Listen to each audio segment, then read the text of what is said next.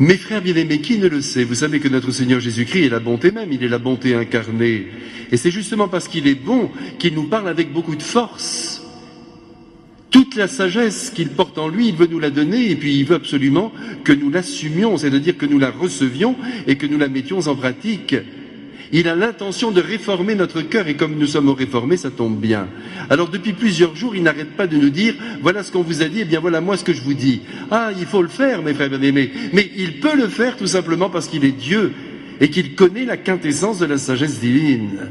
Il est lui-même la sagesse incarnée, donc il n'hésite pas à nous la délivrer. Et il faut que nous la recevions, mes frères. Et alors attention, je viens de le dire à l'instant, mais je ne me répète pas, puis de toute façon, il faut sans cesse se répéter pour arriver à comprendre un tout petit peu ce que Dieu nous dit. Il s'agit pour nous de mettre en pratique les paroles du Christ.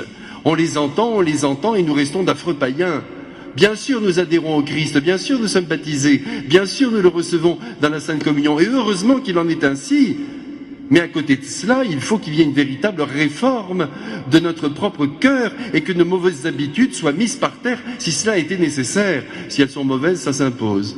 Vous avez des mauvaises habitudes et j'en ai prises moi aussi. Ne vous rassurez-vous, je vous le dis bien simplement, tous jusqu'au dernier jour, nous devrons travailler notre propre cœur, lui enlever toutes les broussailles qui empêchent Dieu de prendre toute la place.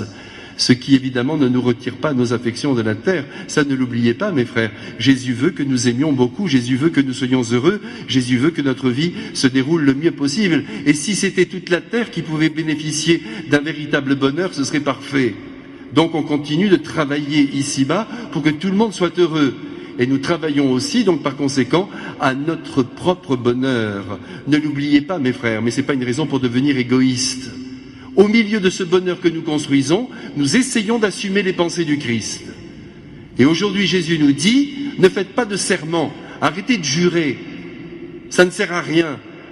Je te jure que je serai là au rendez-vous, je te jure que tu me reverras, je te jure que bientôt nous serons ensemble, je te jure, mais non, ne jurez pas, dit le Christ. Vous essayez de donner du crédit à ce que vous venez de dire, à la promesse que vous venez de faire. Arrêtez, dites ce que vous allez faire et c'est tout. Et faites-le, voilà ce que dit le Christ. Parce que vous pourriez laisser entendre en jurant que vous pourriez éventuellement ne pas faire ce que vous venez de dire. Ah non, je te jure, tu verras, tu ne seras pas déçu. C'est pas la peine, mes frères. Jésus dit que votre oui soit oui, que votre non soit non. C'est simple, je serai là au rendez-vous, à telle heure, j'y serai. Pas la peine de jurer. Voyez comme il a du bon sens, notre Seigneur. Il éduque notre cœur et il nous oblige à dire la vérité, c'est tout. C'est-à-dire ce que nous allons vivre, ce que nous avons promis. Il nous oblige à mettre tout cela en œuvre sans avoir besoin d'appuyer avec un jurement, avec un serment. C'est pas la peine. Jésus dit ne faites pas de serment, arrêtez tout cela. C'est pas bon, c'est pas bon. Qu'est-ce que vous voulez laisser croire aux autres? Faites ce que vous avez dit et stop. Est-ce que vous êtes prêts, mes frères, à rentrer dans cette dynamique merveilleuse et tout à fait libérante? Oui, non, c'est tout. Et malheureusement, aujourd'hui, on est tous des petits politiciens en herbe. Nul, hein, autant le dire tout de suite. Alors on dit ni oui ni non, comme ça, on reste au milieu, en équilibre, on s'imagine que tout le monde sera content. Le problème, c'est que quand vous n'êtes avec personne, eh bien, plus personne ne vous aime, plus personne ne vous suit. Parce que ce que vous donnez, c'est de la blédine, ça vaut rien. J'ai rien contre la blédine, mais vous voyez ce que je veux dire, quoi. C'est quand même tiédasse et insipide. Mes frères, oui, non, c'est tout. Et vous pouvez ajouter à ces deux mots magiques, parce que c'est beau d'être capable de dire non à quelque chose que vous ne voulez pas vivre et d'être capable de dire oui à quelque chose qui vous est proposé, mais c'est immense, c'est la liberté de l'homme. L'animal n'a pas cette grâce. Vous pouvez ajouter pour, contre. C'est merveilleux. Contre, pour.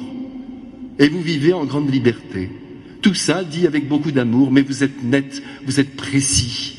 Ce que vous avez dit, vous le faites. Ce que vous avez l'intention de faire, eh bien, déjà dans votre cœur, c'est très net, vous le ferez, si les circonstances ne vont pas contre vous. Alors mes frères, regardez comme notre Seigneur est bon. Il nous dit, soyez des hommes, soyez francs. Parlez bien simplement, n'ayez pas peur du regard d'autrui.